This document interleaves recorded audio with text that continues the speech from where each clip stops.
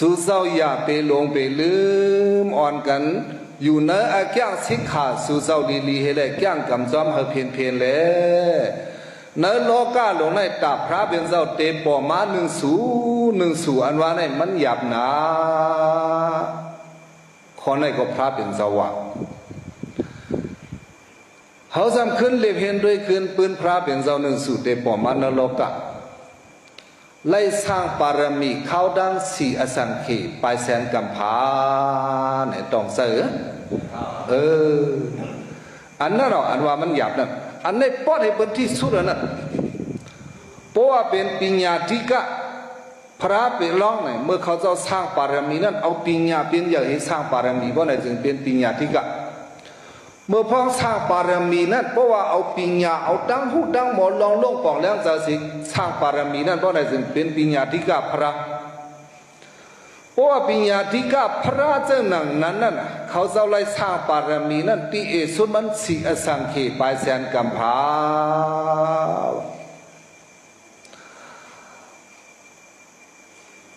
เขาหลอมด้วยขึ้นปืนเจ้าโคดมาเขาขึ้นมาเป็นพระเมื่อมหาสักเวทปักไป3 นี่เหลือน6 มนเหมือนนั้นขึ้นมาเป็นพระเนี่ยนรกาหลงเนี่ยก็เป็นผีเป็นสางดังหลงอ่อนกันมานับยำหันดีโคมจอมมันเจ้าขึ้นมาเป็นพระก็ไม่ตัดเด็กขึ้นมาเป็นพระเจ้าไหน1 สู่เนี่ยตั้งแต่เอาแต่เมื่อปานมันเจ้าสร้างปารมีมาเป็นเจ้าสายสุเมธาเนี่ยก็ว่าเลยวายเดินมาไปเข้าเถินเข้าป่าเฮ็ดกว่าเฮ็ดเจ้าอย่าเสเฮ็ดเป็นเจ้าอย่าเสสุเมธาเนี่ยเมื่อกับเจ้าโกรมาเขาไปมาเป็นพระเสียสร้างปารมีลงนั้นโหปึ้งสุดกว่าหบญาพระเป็นเจ้าที่บังกลากว่าย้อนเป็นพระดำที่พระเป็นเจ้าที่บังกลาปานมันเจ้าย้อนเป็นพระนั้นใจกวนโยเป็นกวนอันนุ่งพายเสเลยอยู่เนื้อเถิดเนื้อบ่ายจ้างกำหลงหังโกยเจ้าเส้นนั้นวะถึงดีมันเจ้าเลยหูว่าเนื้อโลกาหลงในพระเป็นเจ้าปอมาในก็แต่มาฮอดราดินันที่ไหนไหนมันก็ไรยินข่าวนั่นก็มันก็ห่างเฮียนตัวเจริญมันนี่เลยเฮ็ดกู้สู่เจิงเปิ้นเพื่อดึงนี้เฮ็ดกู้สู่นั้นก็พระเป็นเจ้าก็เผามาได้ก็หน้าที่อันมันเฮ็ดกู้สู่เมตตานั้นไปตันยาวดีแลพระเป็นเจ้าเขาเจ้าสำลุกจ้ากายอ่ะลุยยอคิงกายอ่ะอันนั้นมันเจ้าขำเอาตัวมันสื่อต่างต่างตัวเอาตัวเจ้าต่างคุยแลให้พระเป็นเจ้าเขาเจ้ายานด่าเขาเจ้าไต่กว่าในตัวของเจ้ากันนั่นเตตินันมาพระเป็นเจ้ากรมะลูกตีนนั่นในสร้างปารมีมาในเขารังสัมสราลงเนี่ยมังปอกตายเป็นก้นมังปอกตายเป็นผีมังปอกตายเป็นมูมังปอกตายเป็นงูอันนี้หลอมด้วยในเขารัง16 เมืองหลวงวังก็หู้ยาวมังปอกมังเลยตายเป็นนกยุงเฮ็ดจังไหนอันในเขาดังสัมสราทงเที่ยวไว้แล้วเป็นมาหลายสัตว์หลายปานมังปอกมังหลายก็เป็นเจ้าอย่าเสมังปอกมังหลายก็เป็นคุณเจ้าวัดนี้ไหนลงมากำลังสุดจังค่อยได้มาเป็นใจเจ้าใจสีทาเนี่ยจังค่อยได้มาเป็นภาวะสัตว์กำลังสุดจังค่อยได้มาขึ้นเป็นพระในเขาดังสีอสังเขปไปแสนกัมพาลงนั่นสำหรับเหตุสั่งมาลาเนี่ยสร้างปารมีมาดานาปารมีเครื่องของสุนทรอันเจ้าก็เฮ็ดมาหาลายวาลายปองเป็นอันเจ้าก็มีเงินมีคำมีคุ้มมีของทุกนั้นก็เอาตอนเอายืนเอาหลู่เอาต้านมันเปิดอันนั้นเป็นดานาปารมีดานาปารมีนั้นปกติใครเฮ็ดให้มันเป็นปารมีในเหตุการณ์ดานาตั้งดูกูอันกูเมียวเป็นดานาปารมีไล่ข้าเนี่ยใจกูอันกูเมียวเป็นปารมีไล่หาวันบ่เป็นปารมีไล่นั้นแต่เลยเป็นเสื่องหือเสียจงก็ได้เป็นปารมีเพราะไหนจึงออกเจอเขาซอยแถมมันเบิ้นให้เบิ้นไล่กินลีนุ่งเหลืองมอกกันหน้าหนึ่งเว้ยพวกเขาปันอันไหนกว่ามันได้ปันขึ้นมันได้ปันเก่านั่นขึ้นเขาได้ไล่อันนั้นเขาได้ไล่ศูนย์เป็นศูนย์ สุนไลสุนเป็นเจ้านั้นเจ้าไหนอะไรพวกมีตั้งมุมมองเจ้าไหนเหตุการณ์ฐานะตั้งหลุดว่าไหนจึงไปใช้ฐานะบารมีเป็นฐานะได้ก็จะอยู่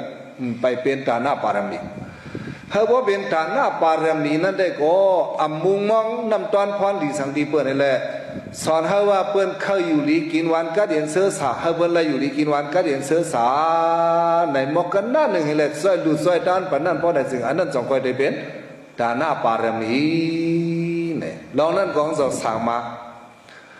กำเนิดฐานะบารมีเอ้ยก็สำคัญมีแทงมาแทงหังมันแทงตาหนึ่งฐานะอุปบารมีเนี่ยไล่หลุดด้านป้าเครื่องตัวเครื่องคิงเปิ้นหลุดนิ้วมือนิ้วเฮ้อเนี่ยก็แทบเห็นหลุดปันไล่เปิ้นหลุดมักตาคอนเนี่ยก็แทบซกเห็นหลุดปันไล่ผ่าเห็นหลุดปันไล่เปิ้นหลุดตับเจ้าเนี่ยก็นั้นหลุดตับาเนี่ยก็ผ่าเห็นหลุดตับปันก็ไหลเนี่ยไล่หลุดเครื่องเปิ้งตัวคิงเนี่ยนั่นเนี่ยสร้างบารมีนั่นเพราะอะไรซึ่งอันนั้นเป็นฐานะอุปบารมีกำเนิดฐานะอุปบารมีนั้นอันสูงเลยนั้นมีแทงบารมีมีหนึ่งฐานะปรมัตถบารมี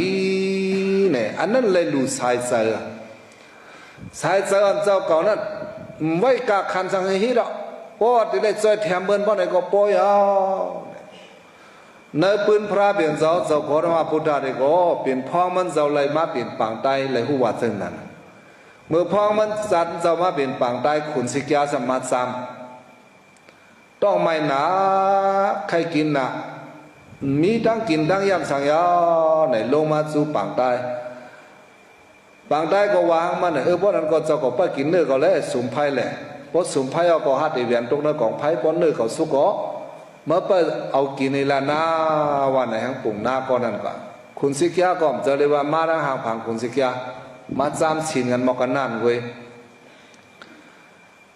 เฮ็ดนั่นแหละจะปุ่งหน้าก่อนนั่นอันคุณสิกยาผ่านเฮ็ดนั่นสุ่มไผ่เฮแล้วมันเจ้าก็เวียนลงอันน้ำมุกไผ่เพื่อถึงนี้เวียนลงอันน้ำมุกไผ่เอาก็ไผ่ก็ซ้ำไม่เจ้าอันคำเปียดใช้เจ้าเก่าเฮลุด้านเมียวหนังนั้นเพราะอะไรจึงฐานะปรมัตถบารมีเนี่ยเจ้าในพอได้ควักไอ้ลัดมันได้ยาวหนักฐานะบารมีก็สามท่านศีลบารมีก็สามท่านเนคขมะบารมีก็สามท่านปัญญาบารมีก็สามท่านอุริยบารมีก็สามท่านขันธิบารมีสามท่านสัจจะบารมีสามท่านเมตตาบารมีสามท่านอธิฐานะบารมีสามท่านอุเบกขาบารมีสามท่านทั้งหมดทั้งสิ้นบารมีเป็น10 เมียวนั้น1 เมียวในสัมยุคขึ้น3ท่านในก็เป็นกว่า30เปิงเนี่ยเขาดังสีสังเกตไปแสนกัมพาอันวานั้นพระร้องเขาเจ้าเลยสร้างบารมีเจ้านั้นก็นั่นก็เย้าตัวในไปจะปริสากะหาเปิงในก็สมาธิแห่งปริสากะในภาวังหลงใหญ่ๆหลงเมื่อนั้นเพราะอะไรจึงปริสากะฐานะปริสากะเสียจิมโคของอันเจ้าก็มีไว้ฉะนั้นอำเวียนไว้สังเสียเลยปันเปินกว่ามดเมื่อนั้นเพราะอะไรจึงฐานะปริสากะ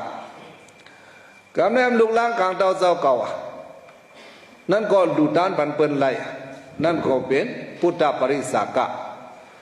สามแทงนางเมเจ้าเก่าเปิ้นสิก็ขลายเอาว่าไหนก็นางเมเจ้าเก่าก็สอนนับสังปันกว่าเหตุดังสื่อเสนันเพราะอะไรจึงอันนั้นเป็นปริยปริสากะกำในมาแทงตาหนึ่งอังกาปริสากะเบียดเครื่องตัวเครื่องคิงเจ้าเก่าเพราะว่าเปิ้นสิก็ทั้งวันโดย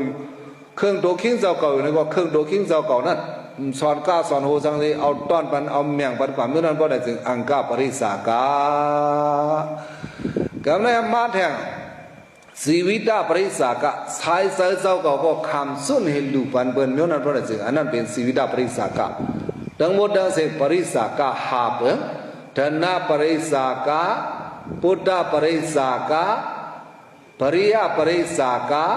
อังกาปริสากะสิวิตาปริสากะเขาขึ้นไม่วนโดยตีปองแทนอีกเครื่องของหาเมียวเนี่ยเป็นอันดีซื้อหลายล้อนนั่นแหละโคของในก็อีเนื้อด้วยกำยันบุริยาเจ้าเก่าเสียเจ้าเก่าเฮ็ดมหาลัยวาลัยปองเป็นมีเงินมามีคำมามีเกี่ยวมีเสียงมามีล้อมีกามามีวางเฮินวางเยมาเนี่ยมีมาผังมันยาวที่ซุนแคบดินหนึ่งกูมีเพราะนั้นก็เครื่องของเขาเจ้าเก่านั่นน่ะ ต่อเขาเจ้าก็มอสิไลเซลายปันเปิ้นหยาบไว้กำพอนะอย่าไปว่าได้ปันเปิ้นย้อนกายคันลงล่ะต่อทงเสเลื่อมอันตึกเข้มๆนั้นตั้มไปฮัดแปดตึกเสลายเก็บซิมไว้อยู่เนี่ยจองเฮ็ดปริศากาอะไรเฮ็ดหยาบไว้